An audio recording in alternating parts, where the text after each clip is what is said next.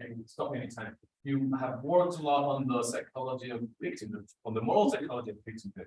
I think it's a very interesting experiment. Today, though, you're going to talk today about 2 books of morality. I think the talk is going to be about 50 minutes. Is that right? 50 minutes an hour. And we have a chance to hopefully ask a lot of questions. You can ask questions directly or like I said before, asking the Spanish and I can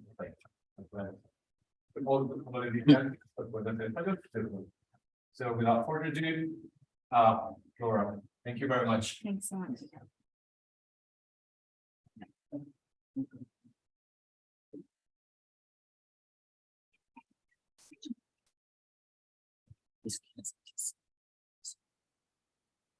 Okay.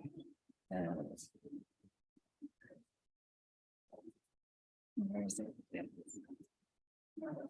Okay, got it. Hi. Okay, so thank you so much. If you want to use it Oh, okay. or Can you hear me okay? Yeah, okay, if you can't, just let me know and I'll use the mic. All right, so I'm going to talk about modes of morality today.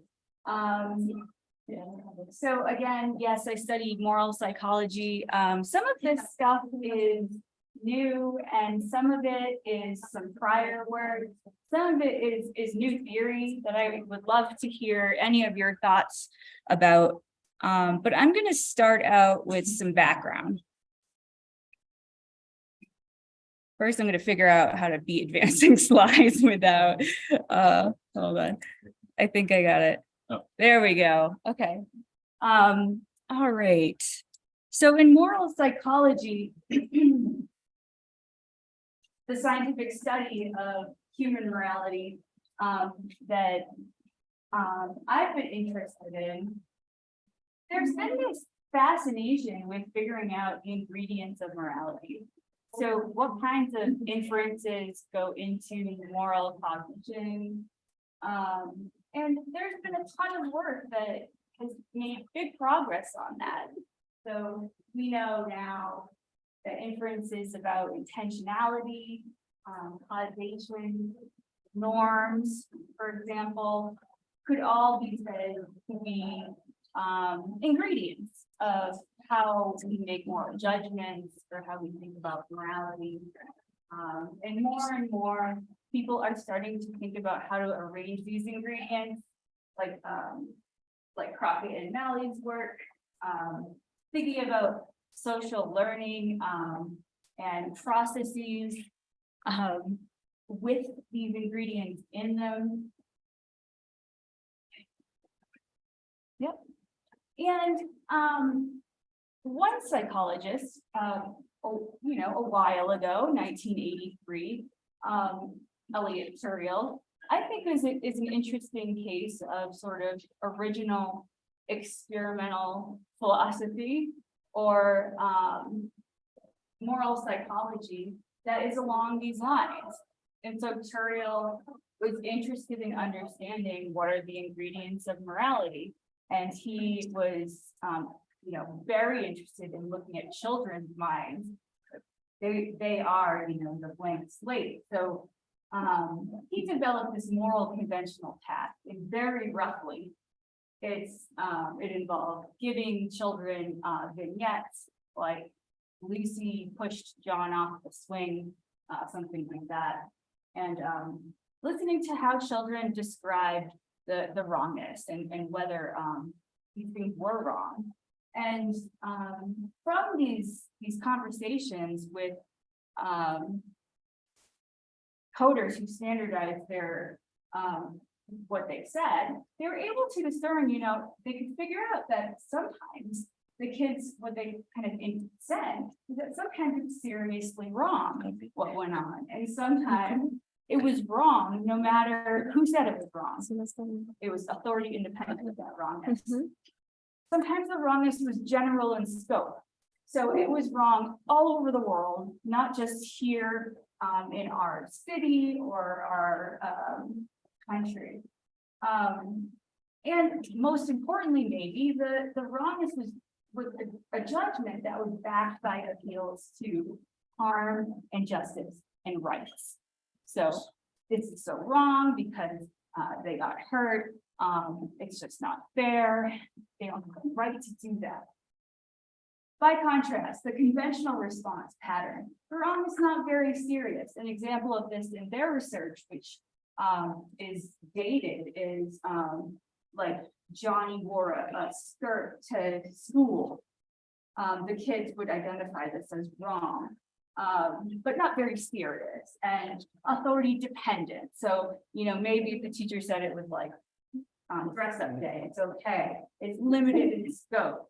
And then, the judgment of wrongness is not about harms or injustice or right. It's about conventions or norms or things like weirdness or conformity.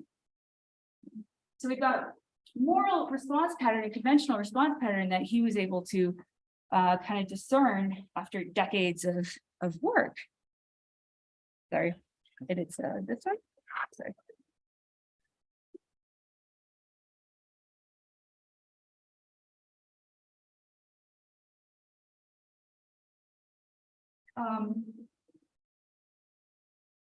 However, more recently, there's been a moral conventional misstep. So that story basically, it sounds dated when you hear it, because it is. So now since then, we've heard a lot more about what people consider morally wrong and what people have discovered from asking different people what is morally wrong. And what has been observed is that sometimes people think it's seriously wrong, and it's wrong, regardless of what authority says, and it's wrong everywhere. But it doesn't matter if it was about harm or injustice or rights. In fact, it could be about conformity. That could be a morally wrong thing for some people. It could be about purity. That could be a morally wrong thing. It could be about betrayal and loyalty and disobedience and failure to defer properly. So some transgressions that are not harmful or about justice or rights still seem to evoke at least more than one a signature moral response and are considered by people to be morally relevant. So how did this come about? Oops. So basically, we can probably pin this down to really getting kicked off by Haidt's work in the early 2000s, where the idea was to start looking beyond educated liberal Westerners about what they considered morally wrong and morally concerning. And so, for example, in this process, maybe you're familiar, but they started asking people a whole new set of vignettes. Like, is it wrong to clean your toilet with the flag country? Is it wrong to like eat your dog? Like, so all these things that people, of course it's wrong. And yet these aren't really about anybody getting hurt. Nobody's rights were violated. And yet they're still morally wrong to a lot of people. So this really did kick off a lot of thinking about how different sorts of people are thinking about moral wrongness. And in particular, some of the populations were low SES samples, which are certainly not typical participant pools for psychology studies in the United States. International samples, including Brazil and India, and conservatives, so political conservatives, and that really seemed to change the kind of response pattern they got. For example, one of the kind of open-ended questions was answered like this. So what is morality? Morality, in one of their descriptive surveys, is having a system that protects the social institutions of family, community, and country. And I think a lot of people, in the US would agree with this. And, note that it's really, there's nothing in there about protecting individuals from harm or making sure that everybody's rights aren't violated. It's a different set of concern.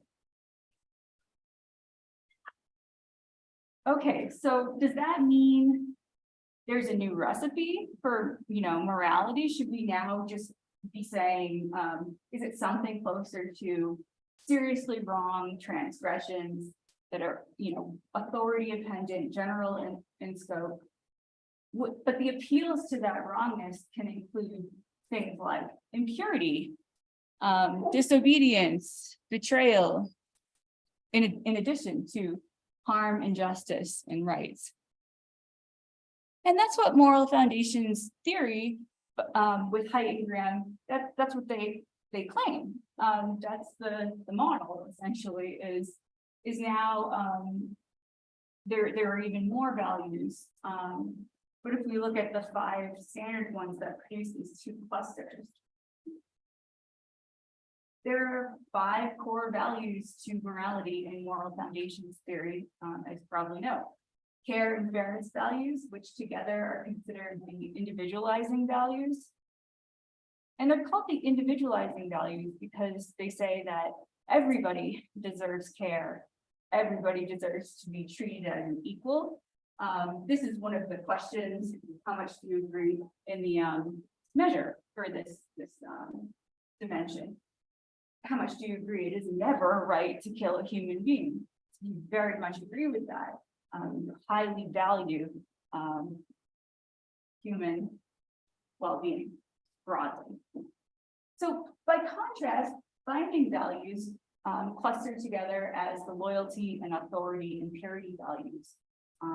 And a lot of people endorse these. A lot of people think sexual purity and spiritual purity are very high up on the moral concerns because they keep you part of the group and you're playing by the rules of the group and mating.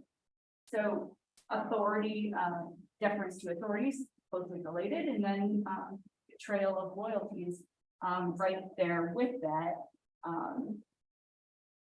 The questions that are used to assess whether you have high binding values include these. It's better to be a team player than to express oneself. So if you found yourself saying, yes, very much, that might be part of the indication that you have high loyalty values. I'd obey my commanding officer's orders, even if I disagreed with them. Absolutely. So that might be high authority values. These are just some examples of the measures. Hold on. And it's important to note, like, you can't really define a person as saying like, oh yeah, they're a high care, low authority, low purity person.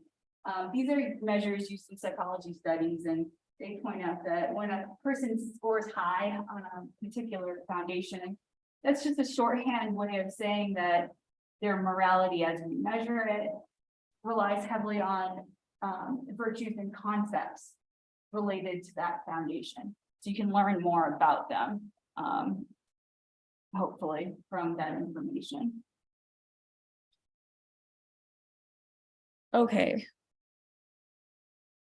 At this point, we have this background of a new kind of morality where group-oriented values are now up against this sort of individualizing values. How does that fit into the whole point of morality? What is the point? What are we trying to achieve here? It's interesting to think about what, Graham and Haidt actually think the point of morality is, and they, created moral foundations theory. Moral systems, which is how they talk about morality, are interlocking sets of values and virtues, norms, practices, identities, institutions, technologies, and evolved psychological mechanisms. A lot of things, and they work together to suppress or regulate selfishness and make social life possible. And I think a lot of people can get on board with this functional account of morality, that morality is there to make social life functional, possible, suppress our selfishness. But that still raises the question, how does this new recipe fit in? Our transgression of impurity and disobedience and betrayal, are they going to be suppressing selfishness to the same extent? Or should we be thinking about them in terms of suppression of selfishness as the other sorts of transgressions? And this is something that I've been thinking about in my work. And so this is where I've been going with modes of morality, is sort of distilling these down even further from individualizing values and binding values to understand the repercussions of these sets of values. So on the one hand, individualizing values, I'd like to drill down even further, make even more abstract, and talk about as unconditional morality. And I'll go into that in a second. And binding values, I'd like to talk about as conditional morality. First, unconditional morality. The idea for this is simply that humans extend moral regard in some cases, both ideally and in real life, without exceptions. This encompasses individualizing values, but it's not as specific to certain kinds of fairness or anything like that. It's so broad that it fits with our ideas of intrinsic dignity of a human life, basic human rights, that everyone has basic human rights. Conditional morality, on the other hand, is the extension of moral regard that we do that depends on our relationships with individuals or groups. And this includes a lot. So this is, in my, I don't have empirical data for this claim, but I believe this is morality most of the time. So morality with families, communities, and our reciprocal relationships within our hierarchical structures. The unit of analysis here is the group. And I wanted to just point out the silly graphic here. So unconditional morality here, if you look at a node or each node here, this is just a kind of simple representation, I guess, of one possible like piece of unconditional morality if we were going to cut it out and represent it. Moral regard goes to every possible other node, and then every node goes to every possible other node. In conditional morality, this is like the morality that we send to our friend groups, that we don't send to some of our individual friends, that we extend outside our friends to our school groups. So I think that conditional morality encompasses a lot. And I do want to note that this is not like the traditional morality of Western morality. Morality is not traditionally good if you're conditional about it. It's not traditionally good to withhold moral regard and give it out depending on relationships. So it's interesting to think about how much of our actual reality, morality is something like that. The data I'm going to discuss comes from papers that go back a ways, and they, I think, suggest some things about conditional morality. Basically, that conditional morality is associated with a kind of spectrum of morally questionable outcomes, consequences, behaviors. And I'm not going to go into a lot of any of these. I'm just going to give one highlight. from each paper. And then a little bit more from current work.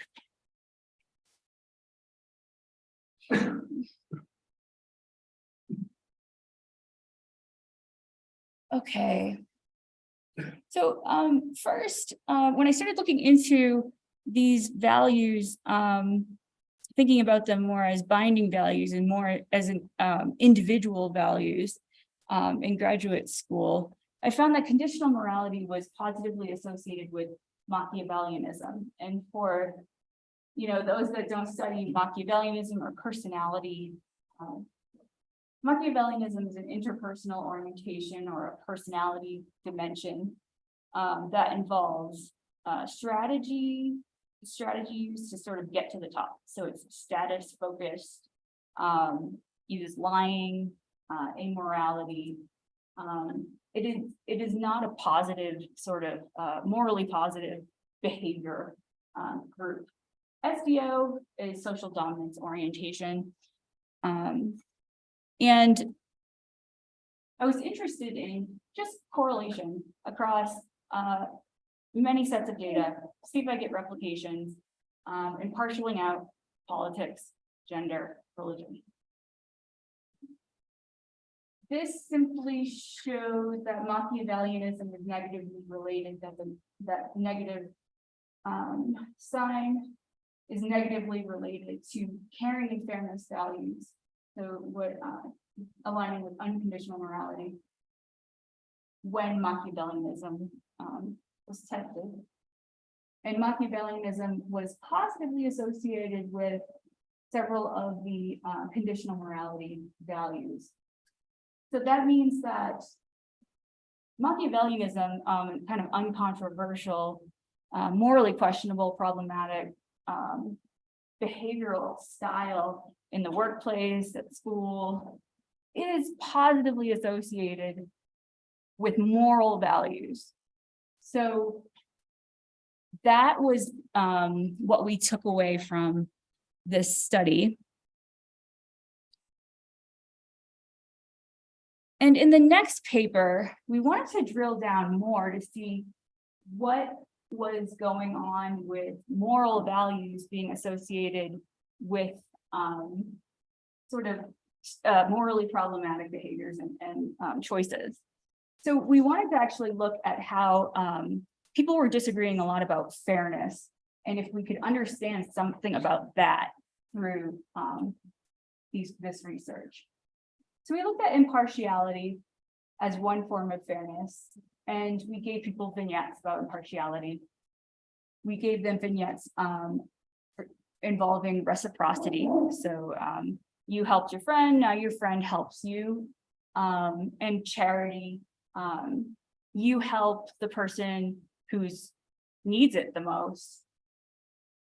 And these are three forms of fairness. And some people don't consider charity actually a form of fairness, but other people do. They consider it kind of leveling the playing field. Some people don't consider reciprocity fair. They consider it more like you scratch my back, I scratch yours. That's actually kind of favoritism. And actually most people actually think impartiality in our data, by and large, people think impartiality and equality are fair. So we were interested in who thinks reciprocity and charity are fair, because these are sort of the people who were a little unusual. And we found that, first of all, we could understand something about the constructs themselves. People rated reciprocity as more about your personal goals. So that's already telling you something that you probably intuit about that type of fairness. And they also were rating reciprocity as lower in fairness and moral praiseworthiness than the other two types of fairness. Charity was considered fair and morally praiseworthy. But going back to study one, or kind of connecting to it, Machiavellianism was actually associated with the fairness of reciprocity. So the higher people were in Machiavellianism, the more likely they were to think that reciprocity was about fairness. It wasn't about favoritism.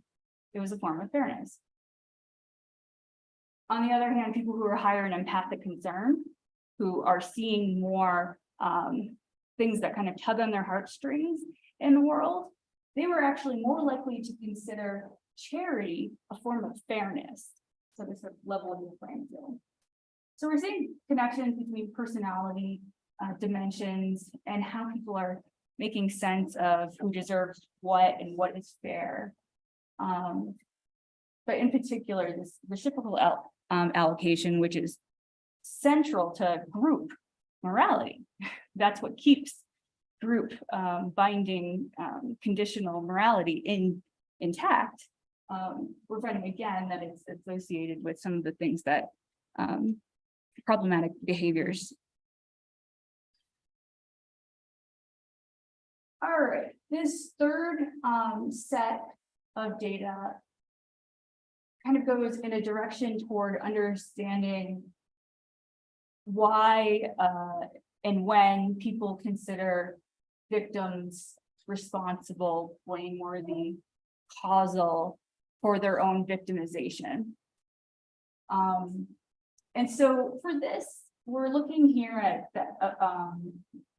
these are just some graphics from the study, the results of meta-analyses on some of the variables. But we found consistently in the 4 studies that conditional morality, which would be these group values, are predicting thinking that victims in these vignettes that we gave people with sexual assault and with robbery, conditional morality was associated with thinking that victims actually made more of a difference in the outcome. So they were more like causal contributors, and that victims were more responsible. It was also associated with victim blame in the study that we measured that. And also showing a little bit of leniency, but at a smaller effect size here. Conditional morality was associated negatively with perpetrator difference making. So thinking that, you know, the higher they were in conditional morality, the less they thought that the perpetrator made a difference in the outcome. And actually the fewer counterfactual statements they generated about perpetrators when they were asked, how could this have been different? So this group morality is sort of associated with the psychology around perpetrator victim violence, where perpetrators' causal contributions are getting washed out slightly and victims are getting raised.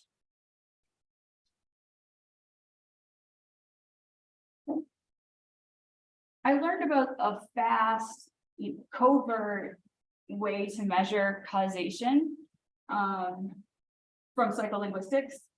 And in this paper, basically, we're looking at the association between conditional morality scores for participants and the likelihood that they will select the object of the violent event that's represented by the verb as causal when they're given the because. So, for example, Bob stabbed Amy because, will they select the pronoun that refers back to Bob or Amy, he or she? So it relies on gender to make that connection. This is called the implicit causality task, and it's really versatile. You can put any number of verbs. The VerbNet website has the verbs of the English language organized by semantics and syntax. And it's useful because you can look at lots of verbs related to violence in that way. And so right here, what we're looking for is a correlation between conditional morality and selection of the object, regardless of gender. So whether Bob stabbed Amy or Amy stabbed Bob, for example. And that's what we found in those studies. So we replicated it twice in this paper. Conditional morality was associated with implicit victim blame.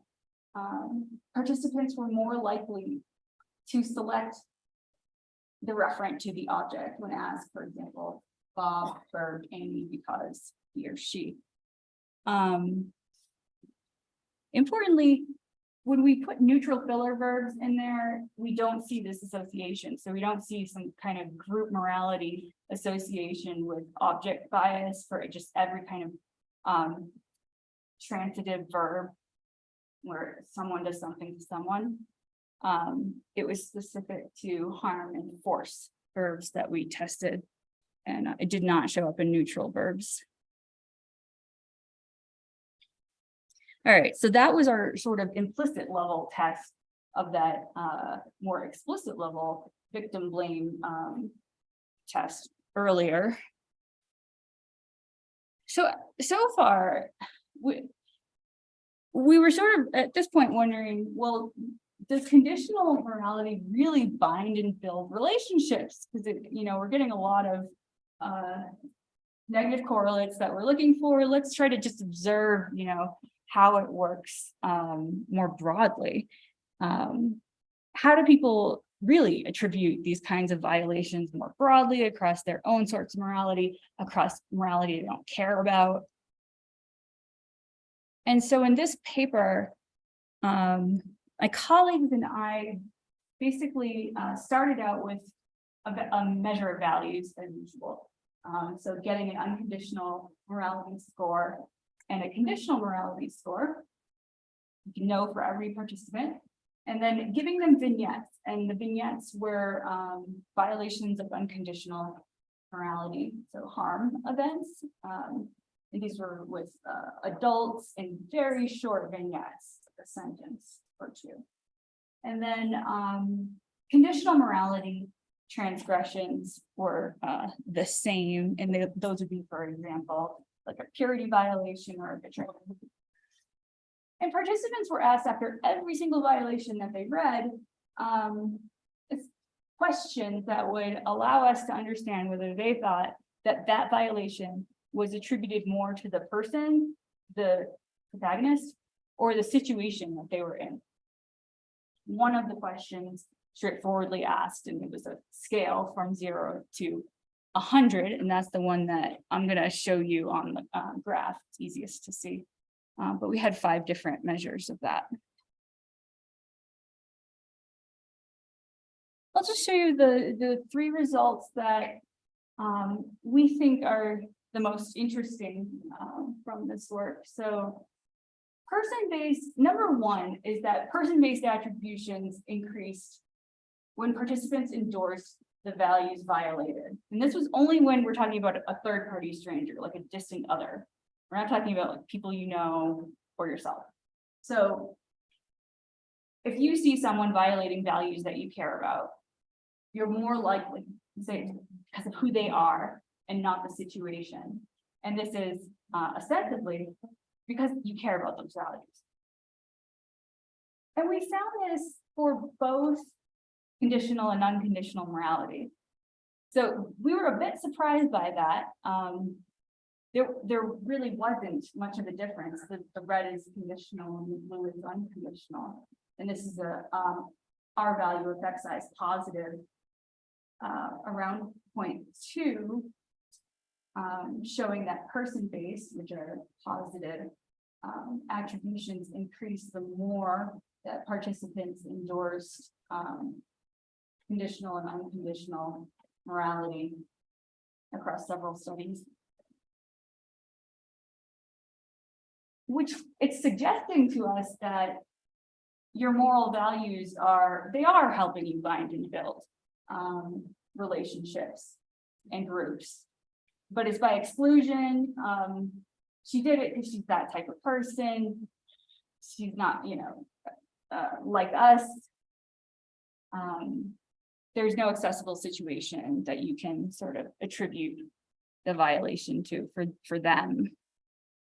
But when it comes to yourself and close others, we see that situations become more accessible. This is a graph just showing in the solid line unconditional and the dashed line conditional attribution to the person higher and situation lower. And it's the same pattern for both kinds of moral values.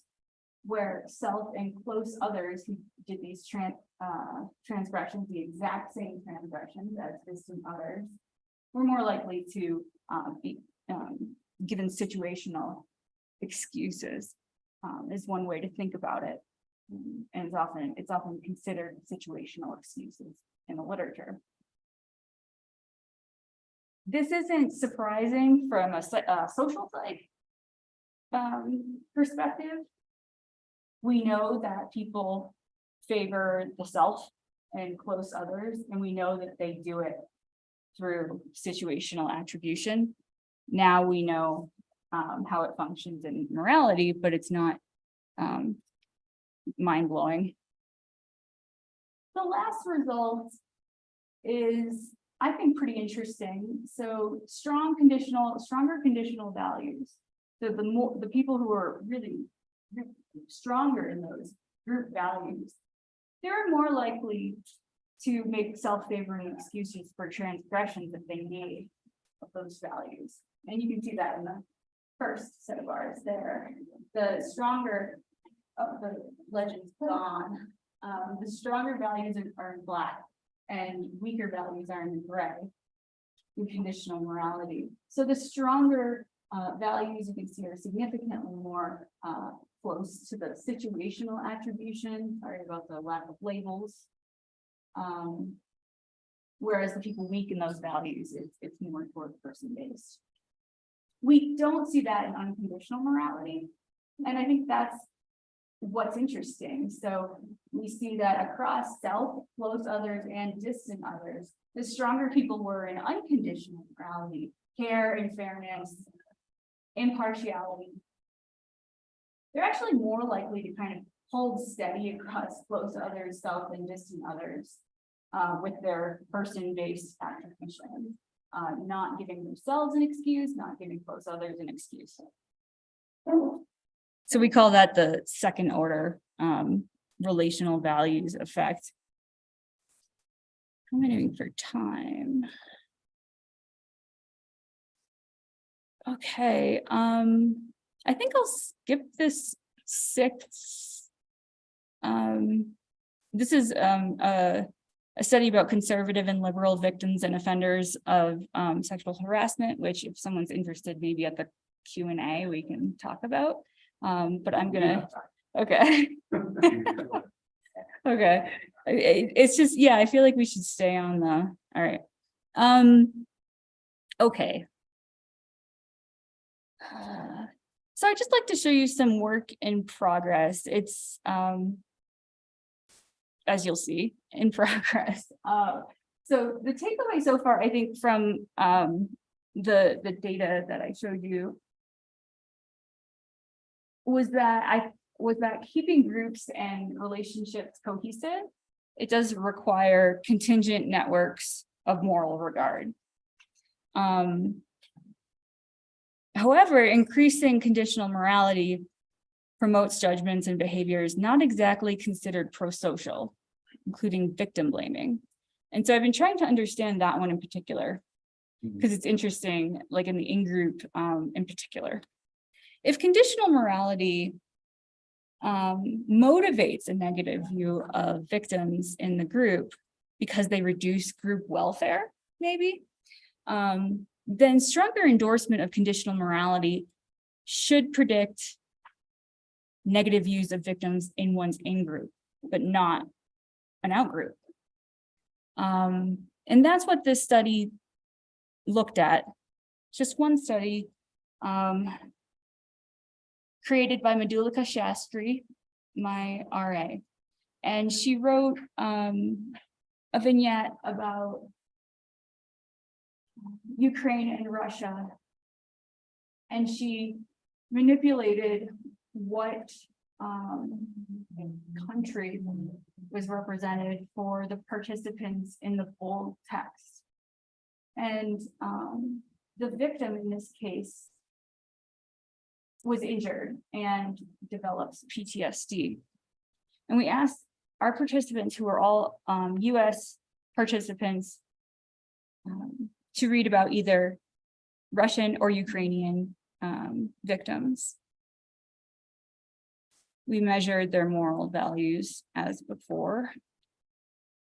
Our key DVs in this pilot were disadvantaged. So this was primarily my variable of interest, where I was curious about how much people might think the outcome of individual armed force numbers you read about disadvantages that country's armed force in general.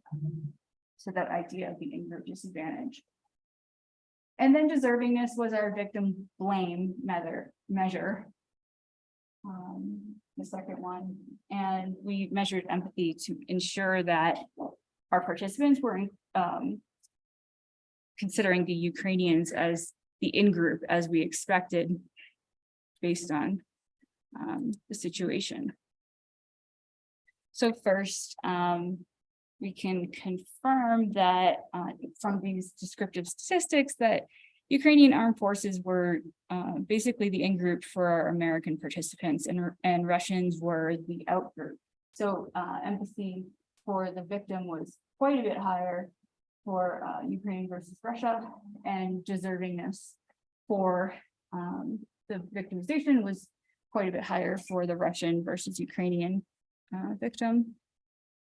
And the results for the key question, we entered Ukraine and Russia condition and conditional morality, high or low, to predict the DVs. And deservingness was the only dependent variable that showed a significant interaction.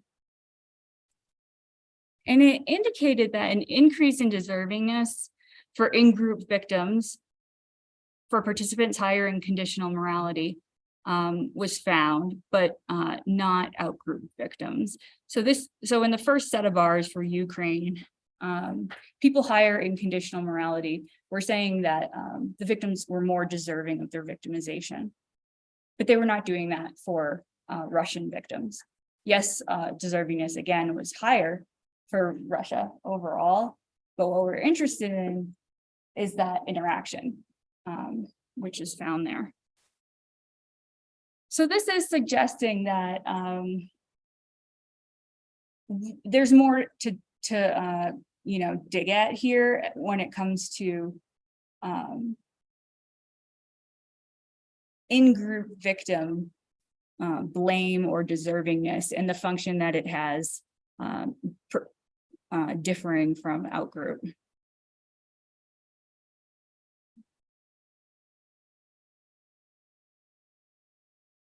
Okay.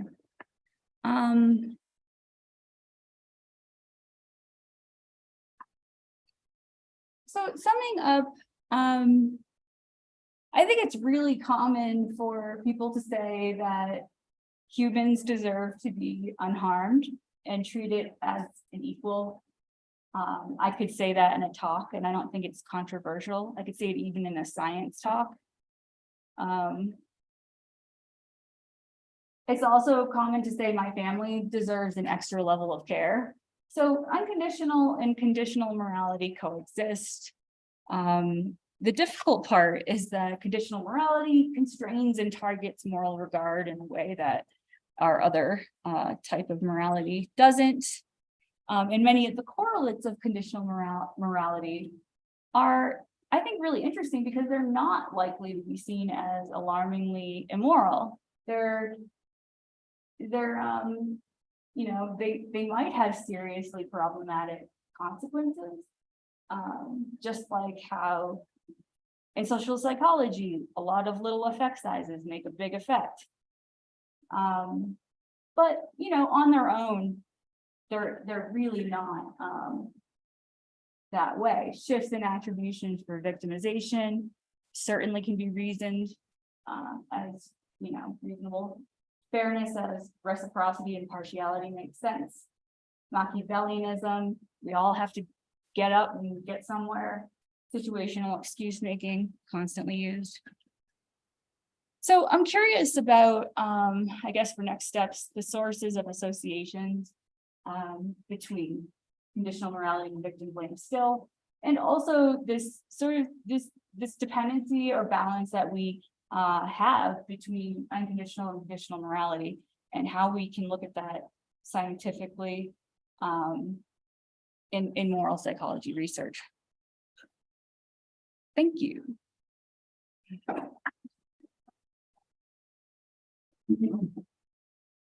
Thank you very much for that very interesting talk. We have plenty of time for questions now. We're going to do a first round. You see some hands first. I'll question myself. Question, comments, reactions. I'll get start first. And then first. I have a question regarding the reciprocity. So, and you said that conditional morality, like for example, someone does something bad or morally bad for the society. Does that mean that the conditional morality, like, instructs other people to, I don't know, castigar, like to punish the person that did the wrong? So this is the question that, people keep asking me. And I keep saying that, I don't know if this is gonna survive, but I feel like it's a model of positive moral regard. It's actually kind of a reparative. It's a model to suggest, like, yeah, how things are related on the other side that we don't often talk about. But yeah, that positive moral regard is how I've been thinking about it and writing about it. We have a question we have now. Now you. So my question was about the conceptualization of the victim. I was wondering, if people identify correctly the victim and how that was measured. And if they correlate that with the blame in some way. Interesting. So I think the question was, how do you measure whether someone is correctly a victim? Yeah. One, and does that matter for judgments of blame? Yeah, because I think that people, they can blame the victim, but for them, maybe that person that they blame is not the victim. So I am curious about how that was measured. Yeah. So we don't measure victimhood, but it's a great question because there isn't currently a way to measure victimhood. One way that I've been kind of using heuristics to get around it is to drill down to the most basic frame of language where like X harms Y and Y is the victim. And then I study how people treat Y. And we assume from language and from our understanding of action that is a victim. So it requires buying in to a harm sort of reality of that situation. But I think what's interesting is there's sort of this other level now of like people fighting about victimhood and who's really a victim. And I think that's I find that distracting and but it's very powerful. And Kurt Gray's written on that, how just claiming to be a victim can be tremendously helpful if you're not a victim, for people's sympathy for you. I'm not sure if that answers the question. You have 3 questions. Gordon, one, and then. Thanks, really interesting line of research. I was wondering about the last study that you mentioned with the Russia-Ukraine one. What was the rationale for for using Ukraine as a proxy for in-group? Because I wasn't convinced that you can just, it's legitimate to really say that that's an in-group for I mean, we're American participants, right? Mhm, mhm. Yeah, I mean, you showed that they had more sort of sympathy and felt that the Russian victim was maybe, no, hang on, but in general, they had more empathy and more empathy for the Ukrainians. But I mean, that's not the same thing as feeling that they are an in-group. Mhm. And I thought that maybe an alternative explanation for the conditional morality thing could be, I don't know if you controlled for like political orientation, because we know like there is some discourse in the far right in the US about whether Ukraine is really such a good society. So it could be that if they were more believers in conditional morality and more, then they could be more sort of right-wing politically, and therefore see the Ukrainian victim as more deserving. So, but I wonder why didn't you just have, like, for example, Americans and Chinese? You just have Yeah. an American victim and a Chinese victim, and then you would definitely say, well, if they're white Euro-Americans, that they would definitely identify more with an American victim thing group, right? Maybe it's because there are so many Chinese RAs in my lab. Yeah. That I just Okay, take yeah. off in my head, but I think. No, I mean, you could restrict participants Yes. by ethnicity. It's sometimes you just gotta let an RA do what an RA wants to do. I don't know, I thought it was an interesting idea, it's totally problematic in the ways that you pointed out. I think what's interesting is it could still be, I think, like a study one. And then, other studies could be included that actually aren't political, like sports. Yeah. It's completely getting away from that. Yeah, Yeah, I totally agree with you. yeah, I like that as sports teams. I think that might be more just varying the kind of badge, Mhm. and you're not getting into politics and so much, so you just, yeah, that might work better. Sort of minimal group, then I think. Yep. Well, so thank you for the introduction. And my question is, in the study of conditional morality, is there room for studying people who consider or who attribute personhood to other entities other than humans, and whether that would change the results? That's really interesting. I would love to hear how you're thinking about this. One of my graduate students is vegan, and she's doing her whole research program on trying to understand how people think about cows, as farmed animals. And she wouldn't think of it about it any other way. So, yeah, I have not gone there, and I'm open to advice and thoughts about that. I think it's relevant because, when you think about like atom weights, there are circles of moral regard that go out and out, and it's like rocks at the very end. Yeah, no, animals are pretty close to humans, this is part of people's, moral life. So it's definitely, needs to be thought out. Mhm. I have a follow-up question to that one. That basically more high levels, just the network of moral regard for the conditional versus unconditional seems to me, or maybe I'm wrong, at least, that the unconditional morality applies to everybody, versus conditional to fewer people, of course, not special obligations. So when you have moral trade-offs, the kind of thing that you were describing at the end, and you have my very good friend, my brother, who happened to be a murderer, and I surely it's very likely I will protect that person, despite the fact that will affect more people that protect him, that forgive him, that for certain behavior towards him.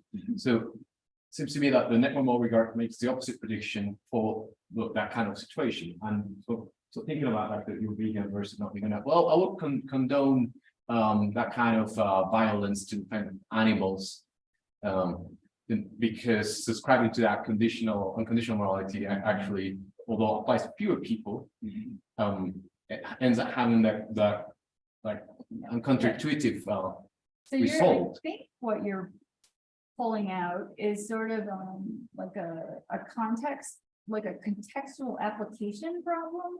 like, if they cannot both apply in the same context?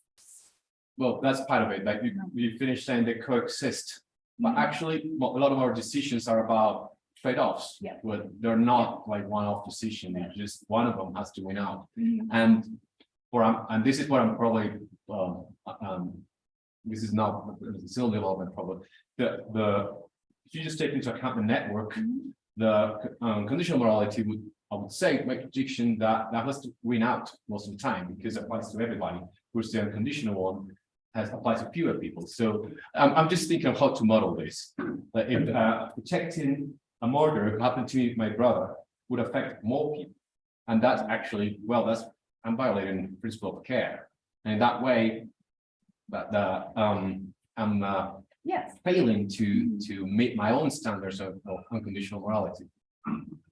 I would, yeah, so I think unconditional morality trumps conditional morality, and that's a good example of how it would. Right. The trade-off, were you suggesting there are certain sort of moral?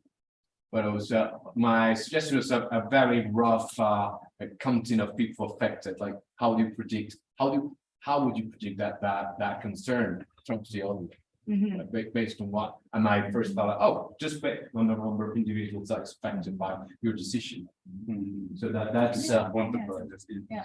so it's that's not it. So that's the other, yeah, so I think public-private, like that's something that's been kind of. Because then if that was the case, maybe there's some other distinctions in social psychology that we already have, like the in-group, out-group that already could take care of these problems. Yeah. Or prescriptive versus prescriptive morality, erogatory versus supererogatory behaviors. Well, those couldn't, but I think in-group, out-group couldn't either. I think the positive moral regard piece of it is totally missing. I think unconditional moral regard as positive moral regard extending out that covers like human rights, basic human rights. That's totally missing from psychology. It's like it's been cordoned off to religion, and I don't understand, how we aren't trying to explain it scientifically. Right. Yeah, that's my thought. I mean. Thank you. Mhm. Yeah. Thank you for your presentation. Is there a way to expand the network to which we give the benefit of the conditional morality? Because clearly it's a benefit. We are granting something special to a certain group of people. Is there a way not to ask people to give up on their conditional morality, but to include more people into that sphere of benefits? Oh, that's interesting. So did you have any ideas for an example? Yeah, this country has a lot of groups that consider themselves beneficiaries of certain privileges in terms of morality. Like, what I did was not a massacre, I was defending myself, right? But what you did was a massacre because you don't belong to my group. Now, I don't think we can go from that mindset to say, okay, everybody, we're going to start only operating within unconditional morality. But is there a way to look at the other person and say, hey, you just like me deserve to be treated with the special consideration, fairness, and maybe what you did can be, if not forgiven, then understood in a more compassionate way? Yeah, that's very well said and such an interesting thing to think about. One thing that I guess it reminds me of is ideas from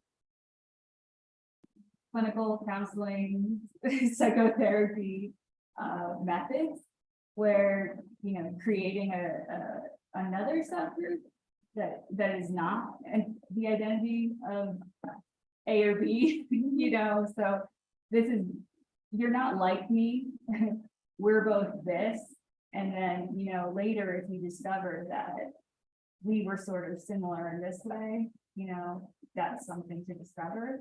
But I think that's a nice way of dealing with kind of group problems, where you're sort of creating another entity, it has a different identity. You're sort of sidestepping the two problematic groups. But yeah, no, I'm not a conflict expert, but that's fascinating. So it will be like creating a third node to which both nodes can refer, and therefore the connection can sort of be Right. defined for. Yeah, yeah. Mhm. Okay, thank you. I was wondering did you find that modes of morality changed across the political spectrum? And so, like, yeah. So how did it kind of map on to the values? Yeah. Yes. The values are highly correlated with politics. More politically conservative individuals are higher in binding values. So purity, obedience to authority, loyalty. More politically liberal individuals are high in care and fairness values. Interesting, though, I think to remember is that care and fairness values are kind of like even across the political spectrum. They do dip a bit for conservatives, but binding values are like not endorsed by liberals. Or they are, but they're at 2 out of, they're not out of 7. They're not, they're specifically devalued. So I think that's a really interesting difference between them. Yeah. Is there another correlation between different population groups, socioeconomic or bigger communities with? Yeah, there's been some findings of higher binding values in low income communities, various women. There have been some findings, but higher purity values, higher harm values. But I haven't found that always.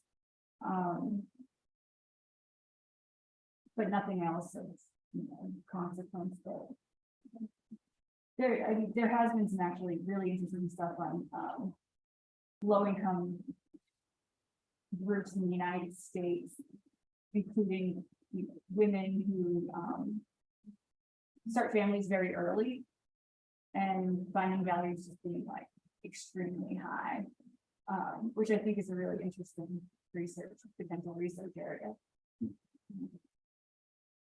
I have another question. It's a naive question regarding the moral conditions theory, like latest version according to this moral conditions questionnaire. It's when they bring in the justice as one of the possible foundations, and somewhere else on it, it's a possible foundation. And liberties as well.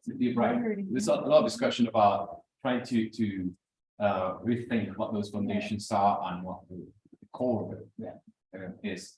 And I'm just wondering how does it fit with what you know about that? You can tell us a little bit more and how it fits in your proposal.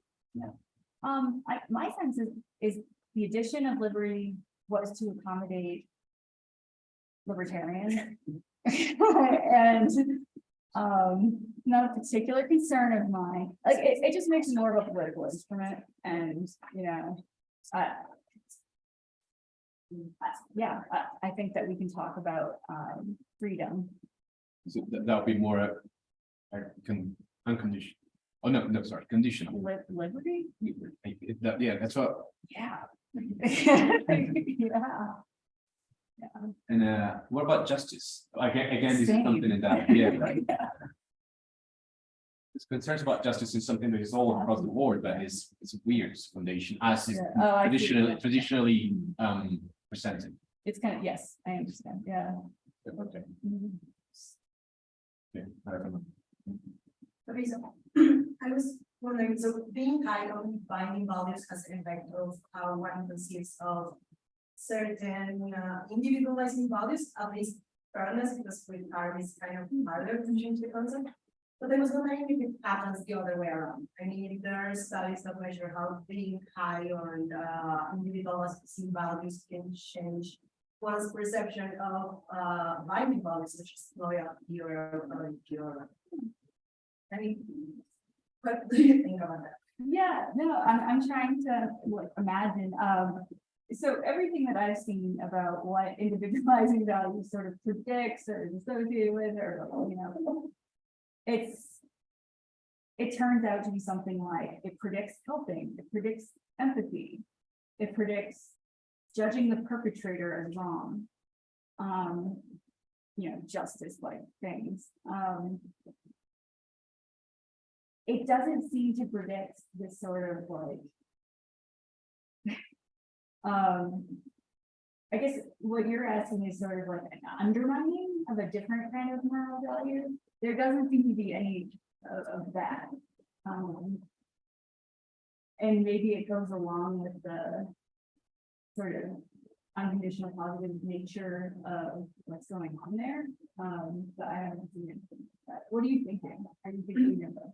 No, I just think like maybe someone higher on individualizing values can think of purity in a way different way than someone higher on binding values. So I was thinking if there is something like different definitions of purity or authority or I forgot the other one, but if that happens, like it happens with fairness, like people high binding values see fairness as reciprocity. So I was wondering if it happens like the other way around. That's really interesting. So I think fairness lends itself to that kind of investigation because there's a lot of work on different kinds of fairness, different views on fairness, you know, philosophical work on what is fairness.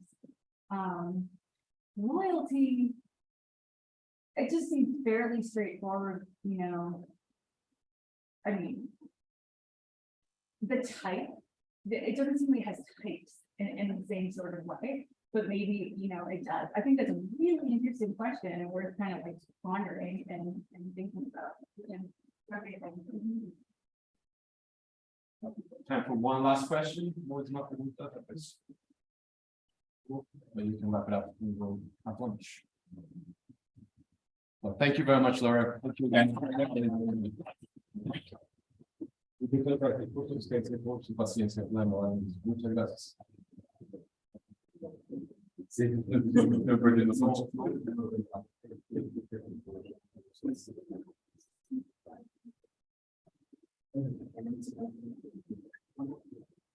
you very much. Very interesting. Very now I'm trying to get my hair on how we actually basically all the other stuff. And yeah, I'm trying to help me explain that. The conclusion more of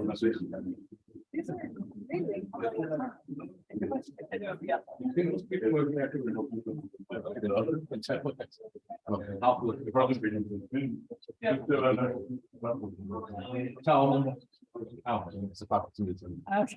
This person. You're gonna go for lunch. No, this would be very cool, but No, I don't think it. no, I'm just like, I'm not very good at doing experiments myself. I've never seen an experiment. But you're right. I think you're like, you have to start somewhere and then doing like a, you know, make it into a series of experiments, right? Instead of very things, very large things. Yeah, just but you know, you how many people, with these people really have a problem with Ukrainians in the room. They said that more than